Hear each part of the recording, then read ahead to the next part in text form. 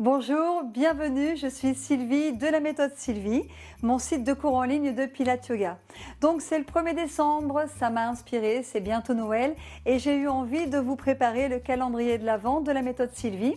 Alors chaque jour je vais vous partager une vidéo d'une posture ou d'un mouvement de Pilates ou de yoga que vous pourrez pratiquer avec moi et vous les retrouverez donc sur mon Facebook, Instagram et ma chaîne YouTube.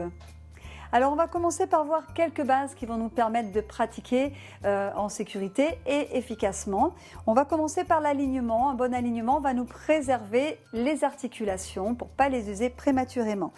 Donc on va placer nos pieds largeur de hanche et on répartit bien le poids du corps d'une jambe à l'autre. On installe bien le poids également sur toute la surface des pieds, à savoir autant sur l'avant des pieds que l'arrière, que tranche interne, tranche externe, en tout cas là maintenant pour notre posture statique. Ok, on remonte au niveau de notre bassin qui va garder sa courbure, donc sa position neutre et la courbure naturelle de nos lombaires. Un petit repère supplémentaire, on peut avoir nos os iliaques ici sur le même axe vertical que l'os du pubis, ce qui va nous indiquer si on est trop cambré par exemple ou trop rétroversé. Donc hop, voilà, on allonge. Et on va s'intéresser à nos épaules. On va donc les enrouler légèrement vers l'arrière. On va donner de l'ouverture, de l'espace, tout en rapprochant délicatement nos omoplates l'une vers l'autre pour activer les muscles du haut du dos. On va les descendre également vers les hanches, ce qui fait qu'on va fortifier le haut du dos pour éviter de se voûter. Pour notre nuque et notre tête, on place l'arrière de la tête ici sur la paume de main. On vient délicatement repousser la tête vers la main en étirant le sommet du crâne vers le ciel. Le menton ne se soulève pas. Voilà. Donc, on va rajouter à cela l'autograndissement. On va repousser fermement le sol à partir de nos pieds et étirer le sommet du crâne vers le ciel. C'est vraiment la sensation qu'on recherche d'allonger le corps dans ces deux directions opposées.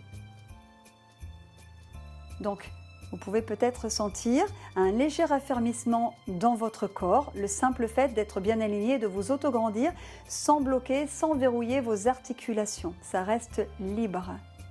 Donc, dans cette attitude-là, déjà dans cette action, on est en train de renforcer aussi nos muscles posturaux qui soutiennent notre colonne. Donc, les autograndissements vont nous éviter de se tasser, vont éviter parfois, vous savez, un relâchement abdominal. Et on va pouvoir mieux respirer et plus de vitalité, moins de tension dans le corps. Donc c'est super intéressant à pratiquer finalement dans notre quotidien n'importe quand. Dans ce tonus que l'on ressent peut-être dans notre corps, on va s'intéresser plus particulièrement aussi au plancher pelvien, au bas du ventre. Il y a peut-être un tonus de base aussi que vous pouvez sentir, on va dire environ 10%. Ce n'est pas la peine d'aller chercher plus. Normalement, il s'installe assez naturellement. Donc ça soutient aussi nos viscères, vous voyez, de ne pas se relâcher. Ok. Une fois que ça c'est en place, on va s'intéresser à la respiration complète qui va avoir plein de bienfaits physiologiques qu'on va préférer dans notre quotidien et dans certaines postures aussi de yoga. Donc, pour cette respiration complète, on va maintenir ce tonus de base que nous avons et elle va consister à respirer simultanément par le ventre, la cage thoracique et le haut du corps, mais sans monter les épaules. Ok, on va essayer, on va vider l'air pour commencer, on détend la mâchoire, on se grandit, on donne de l'espace dans notre colonne. C'est vraiment l'idée aussi qu'on veut éloigner le coccyx du sommet de la tête. Alors on peut faire aussi ça assis, bien sûr, en voiture. Voilà, on se grandit. Ok, une fois qu'on a vidé l'air, on va donc essayer d'inspirer simultanément par le ventre, cage thoracique, haut du corps.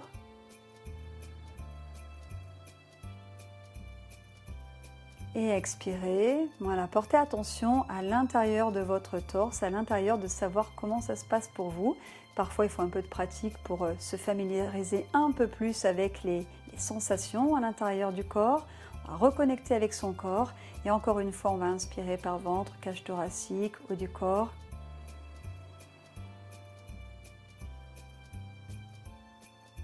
Expirez, repoussez le sol, grandissez-vous. Ok. On va enchaîner maintenant avec la respiration latérale thoracique qui, elle, va se faire principalement au niveau des côtes, donc pouvant donc engager notre centre à 30%. Cette respiration va être importante lorsque nous allons effectuer certains mouvements. Elle va venir soutenir, protéger notre dos, elle va favoriser un bon alignement de notre corps et on va pouvoir optimiser nos pratiques en sécurité. Donc ce qu'on appelle le centre, ça va être nos muscles pelviens, le bas du ventre et le bas du dos, toute cette région en dessous du nombril. Et ça va être l'idée qu'on veut remonter le bas du ventre vers le nombril et le nombril vers la colonne. Aussi l'image d'une fermeture éclair interne qu'on remonte donc du bas vers le haut. Okay, donc on va commencer par expirer la bouche ouverte, ça va aider à mieux contrôler l'engagement du centre, à mieux connecter avec le périnée et nos abdominaux.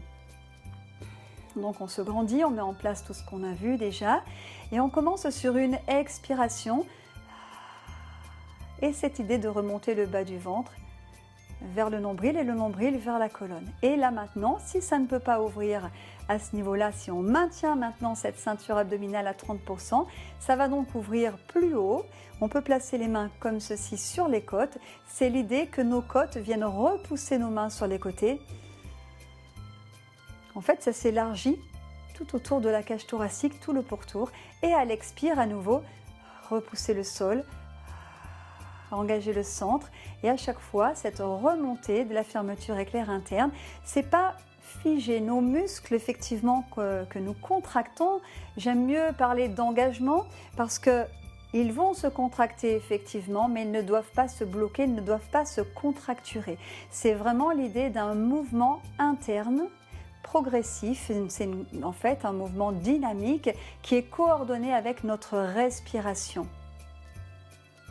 Et à chaque fois, on va restimuler, inspire ici. On peut contrôler si le ventre relâche ou pas. Expirer. Et à chaque fois, on redynamise ici. Voilà, et bien nous avons fait le tour de ces quelques bases qui vont vous permettre de pratiquer, de mobiliser votre corps plus confortablement et en sécurité. Et bien voici pour cette première séquence. Merci beaucoup de l'avoir partagé avec moi. Je vous donne rendez-vous à demain. N'oubliez pas de liker, partager. Ciao, ciao, à demain.